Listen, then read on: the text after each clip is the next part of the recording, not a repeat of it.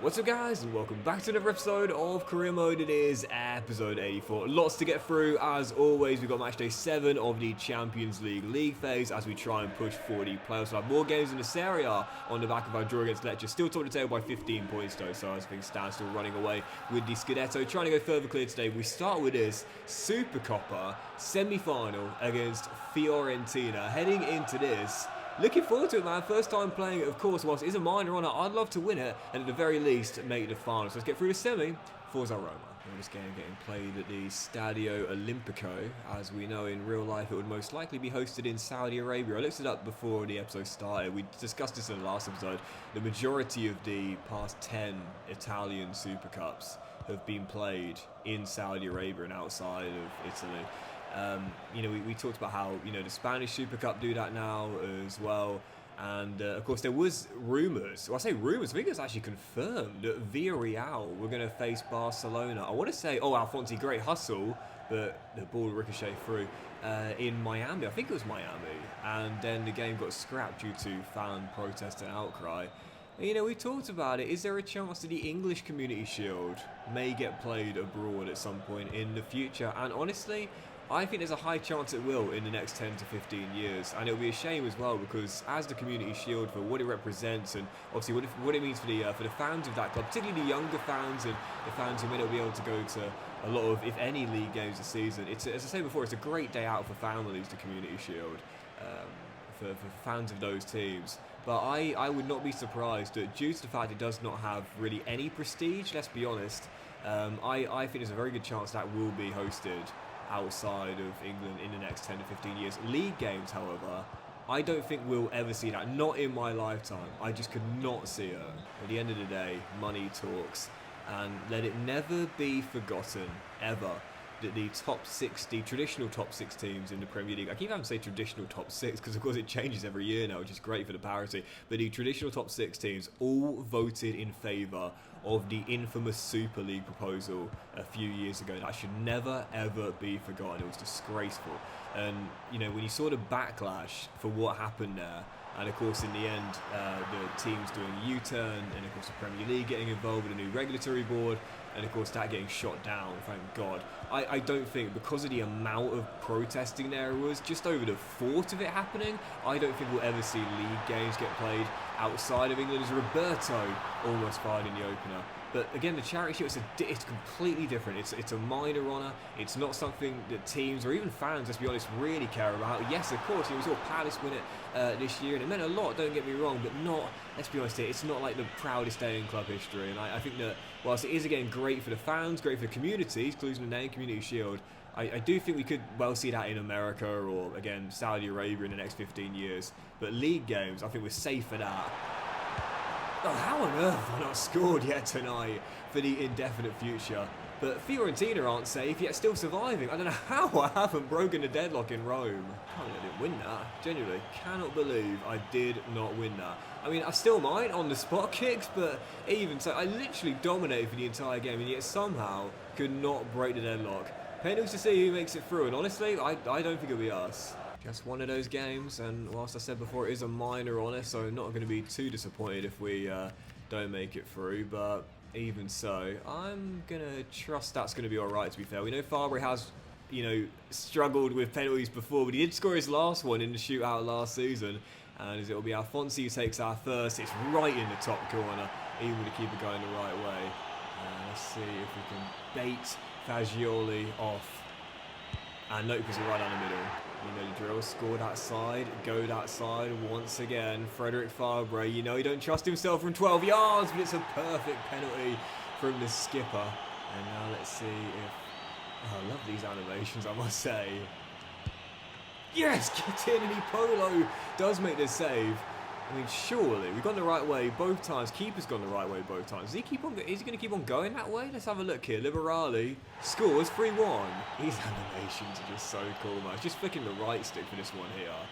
And Lopez scores, sending me the wrong way. It's okay, we still got the advantage. And like I said, man, why change your winning formula? It keeps on working, so let's keep on doing it. Roberto, same corner, same result, 4-2. And it puts us on the brink of making the Super Supercoppa final. Once again, it's a minor on it. It's not something to write home about, but I would like to win it. It's worth pointing out with Sunderland, we won the... Oh no, straight down the middle. We won the... Do we win the... no, we won the French Super Cup, didn't we, with Lyon? But let's see if Tottenham can send us through to the final. Perfect 4 from 4. Surely keeper is going to go that way this time, though. Surely. I mean, surely. Doing something I don't normally do. He goes to the opposite corner. Let's see if it works. When he went that way, there's nothing on it. And normally, I've got grievances with going the right way, not getting anything on it. But this time, Fiorentina goalkeeper goes the right way. 3 of the 5 pens. Gets nothing on it. Finally, a bit of luck in our favour. And we are, to be fair, deservedly through. Hang on. Did we win the Community Shield with Sunderland? Because we won the FA Cup in Season 4. Did we win it in Season 4? I have a feeling we lost it. I can't remember if we lost it or won it. For some reason, I think we lost it.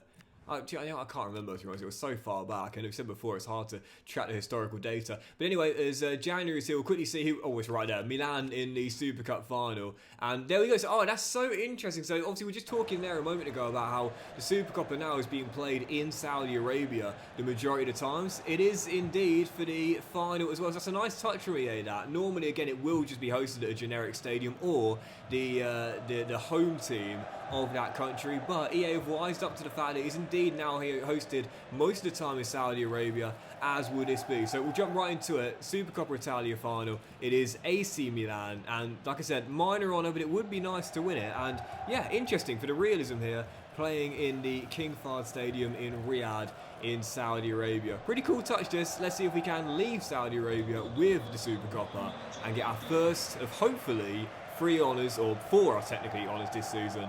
For Zara. A little bit under the weather today as well, guys, so apology if I'm not sounding great. I've got one of those, tickly coughs. You can feel it in the throat every time you take a deep breath in. And yeah, it's just that time of the year, really. No, I'm not the only person sick. In fact, one of my housemates is sick as well, so I probably got it from her. Yeah, sorry if I don't sound too great, but even so, we will hopefully persist, and you know what will make me feel better? A Supercoppa win, and a big win on match day 7 in the Champions League phase today as well. And again, just for the record, just my final point on this as well, with the game being played in Saudi Arabia and outside of the country where the 2 teams are from. I'm not necessarily against it. I do want to say this. I'm not. Is he offside? He looks onside there to me, Conrad Harder. Oh, he's off.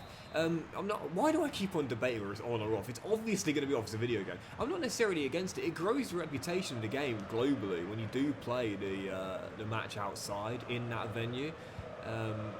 We see obviously the pre-season, tours of, countries like, maybe the USA or sometimes in the Far East. It helps grow the reputation, the brand reputation of the teams, and again the league itself as well. So I'm not necessarily against it. It's just I think for league games, I just don't think it would be fair to be hosting, one of those games outside the country, because it's technically one of the home games, so it's not going to be unfair on the team that technically would have as a home game, having to play it thousands of miles away, as will take a very lucky opening goal, whether it be Saudi Arabia, Qatar, the United States of America, China, wherever it may be. It obviously just does mean it's a little unfair, and again, I'm not in favour of the league games being played outside the country, nor am I in favour of cup games. But the minor honours, like the Super Cups, the Community Shields, yeah, I think that's fair game. I'm not necessarily in favour of it, but I don't have as much of a gripe with it, I should say.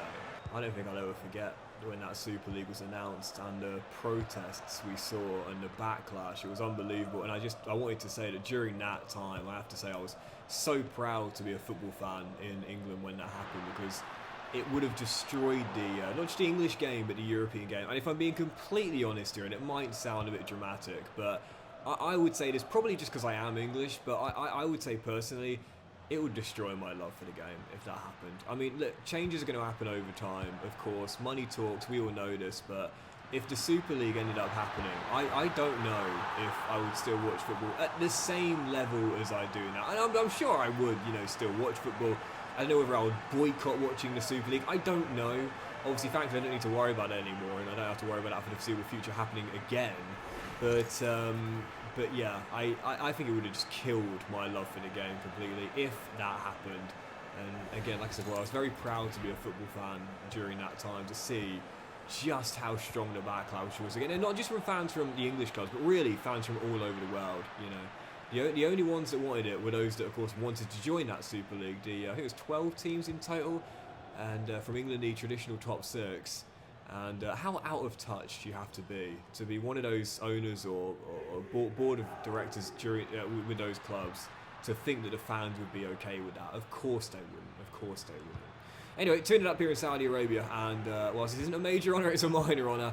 I don't mind us being here for this one here, and it is going to be a win. That's a wonderful, wonderful ball, and it's free, and it's a brilliant performance as well.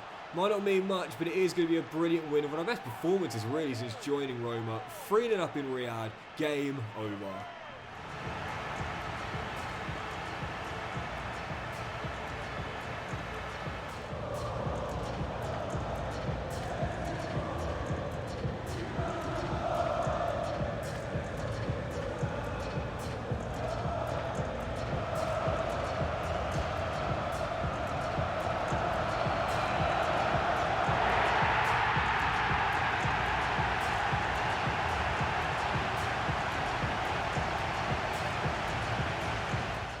Final point on this, because I've already rambled on a bit too much already, but like I said before, if the league games or the European games or the cup games were announced to be possibly scheduled in, whether it be Saudi Arabia or the United States of America or Japan or wherever, I don't think the fans would be okay with it. But if the Community Shield was to move, like this Supercoppa Italiana has, I think the fans reluctantly would accept it, because everyone has a price to pay after all. But a 3-0 win in Riyadh, and great to win our first ever Supercoppa. Like I said before though, it's a minor honour, don't really care too much. We've got far bigger fish to fry as we continue to chase the treble. Following game on Friday night, back in Italy, heading into this one here. We've got 2 games in hand on both teams in the Serie A right now, and yet we're still 12 clear. That is just how dominant we've been domestically this season. Next up, Udinese able to get back to winning ways on the back of our draw with Lecce. And of course the elephant in the room with this is that we are still unbeaten and thus do still have the prospects an undefeated league season. Can you imagine if we do this in the final season? The saves Lorenzo Luca gets 2 bites of the cherry and smacks the woodwork as it remains at 0-0. I've only ever done it once. My very long-term fans who I have so much love for will remember it. Coincidentally, it came in a save that featured Sunderland. Come on! But it was the team we left to after Sunderland, Atletico Madrid, the only time I've ever done it. How fitting would it be if 13 years later, in a save that also featured Sunderland, thanks to the centre spurt replay, EA, as always, we end up doing it in our final ever season. Long way to go though, not at the halfway stage yet. I can't tell you how much that would mean to me if we could pull it off, because it's something which, like I said before, I consider myself to be a decent career mode player. Like I don't think I'm like amazing, obviously not. I've seen what some people have done and it is ludicrous, man. I'm obviously not that amazing, but I'm alright. I like to think I'm okay. And you know, more than anything, I like to think I create some pretty decent saves for people to enjoy, as well as that's going to be won by Karima, and it is. And oh, Polo, what have you done? But we certainly won't have an undefeated season with calamitous errors like that. Granted, my fault initially trying to play out from the back from such a close proximity to my own goal line. But what on earth? Oh, Polo. Is he get credited with the assist for that? Because Lorenzo Luca wouldn't have scored it had he not palmed it right into his path. Goalkeeping clanger from our number 1. And Udinese have the leveller. Well, as we always say, goalkeeping mistakes are a real part of football, and so they should be in the game. And it's why I'm not too mad when it happens as well, for the realism. But Polo, what on earth was that? Seriously, my fault with the poor kick out. We had plenty of time to recover, and he just palmed it straight to Lorenzo Luca. Even so, 2 points drop, back-to-back draws for Roma, and yes, still unbeaten, but the gap now cut to 10 at the top of the table. Yes, we've got 2 games in hand, but proof right there that whilst we are still overwhelming favourites, there's still a lot of football to be played. Next up, following game, heading into this one and hopefully getting back to winning ways on the back of back-to-back slip-ups, is Bologna away from home as we try and return to winning ways. Falls out Roma. Yeah, I'm not worrying. It's disappointing, don't get me wrong, to be held twice in a row for the first time all season long in the Serie A. Especially as they were opponents who, with all due respect, we should be beating regardless of whether we're at home or away. But as Polo cleans that cross well. Ultimately, as we always say, once you've had a slip up, you've got to get back on track straight away. And I feel we will. I feel we will here.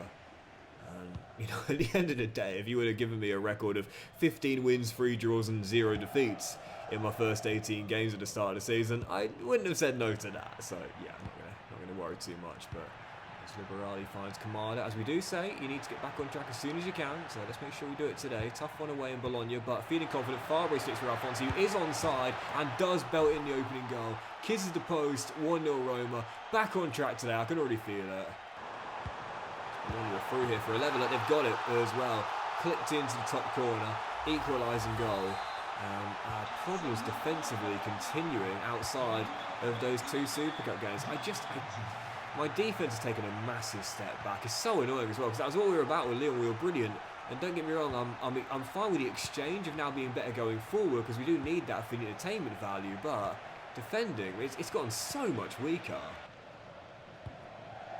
That's a cracking little ball for it. Oh, wow, is that Alexandro playing that? Oh, what a lovely ball that is as well. Lovely balls on this. Oh, another brilliant ball. Beautiful balls everywhere. Mario Stroikens gives Bologna the lead. Hero in my Mönchengladbach save last year. Possibly villain in this one.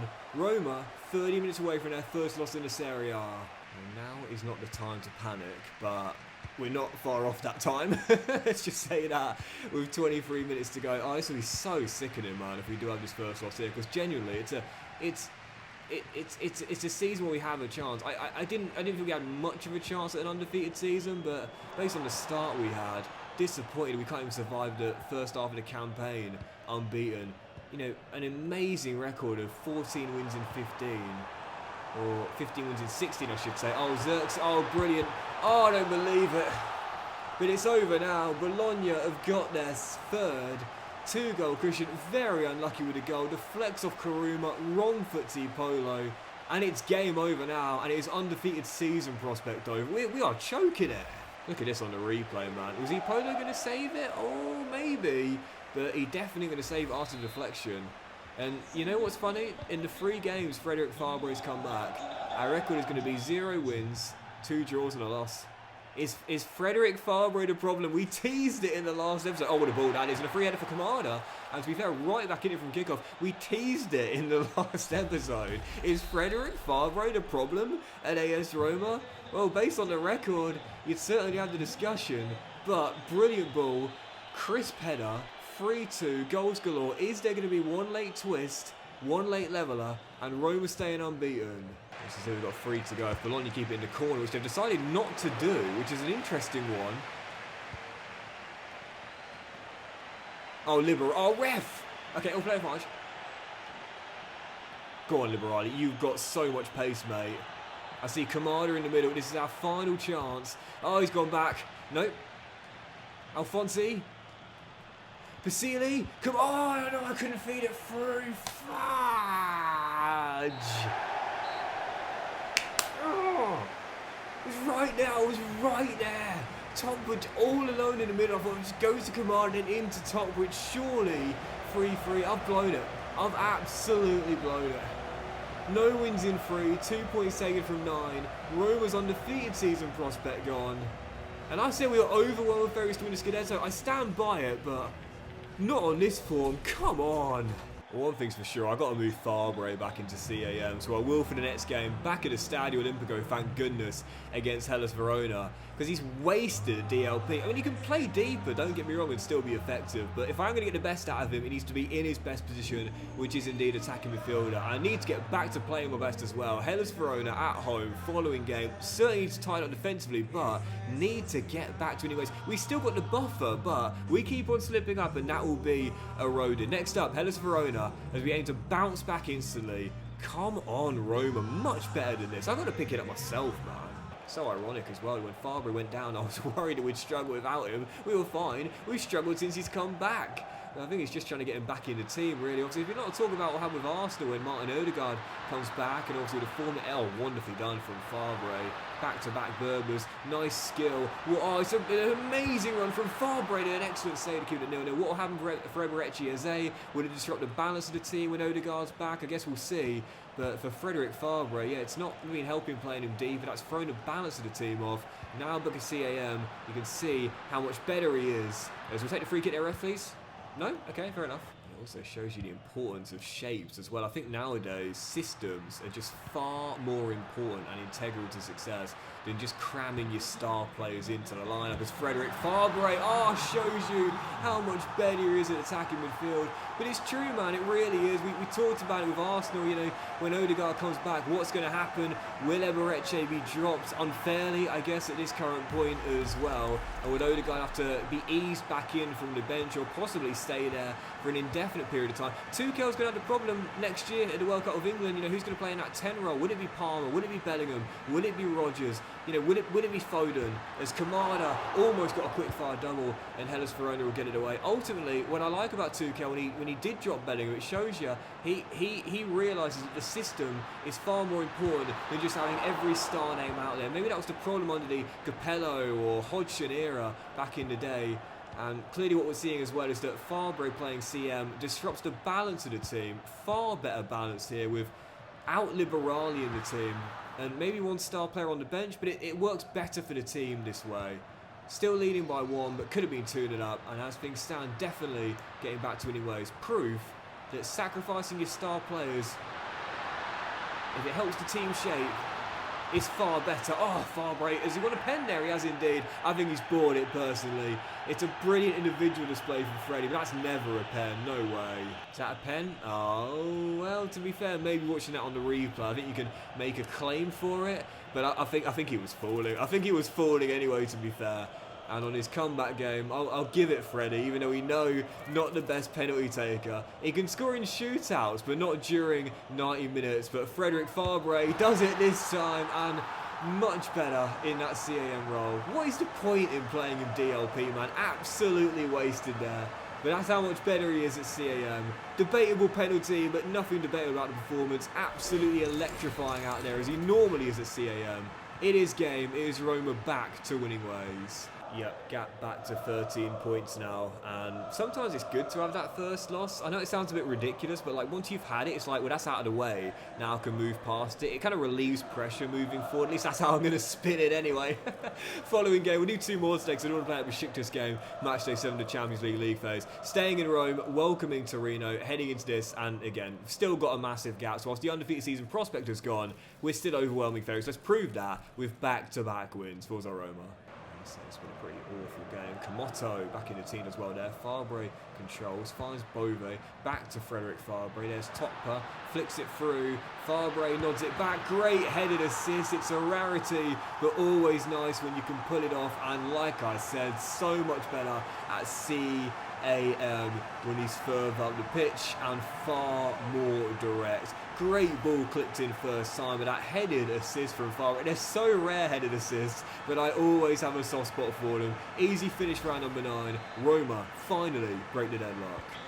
Ballet in a bit of trouble, forced all the way to the corner. Topper keeps with him. Keeps needs. Oh, thank you.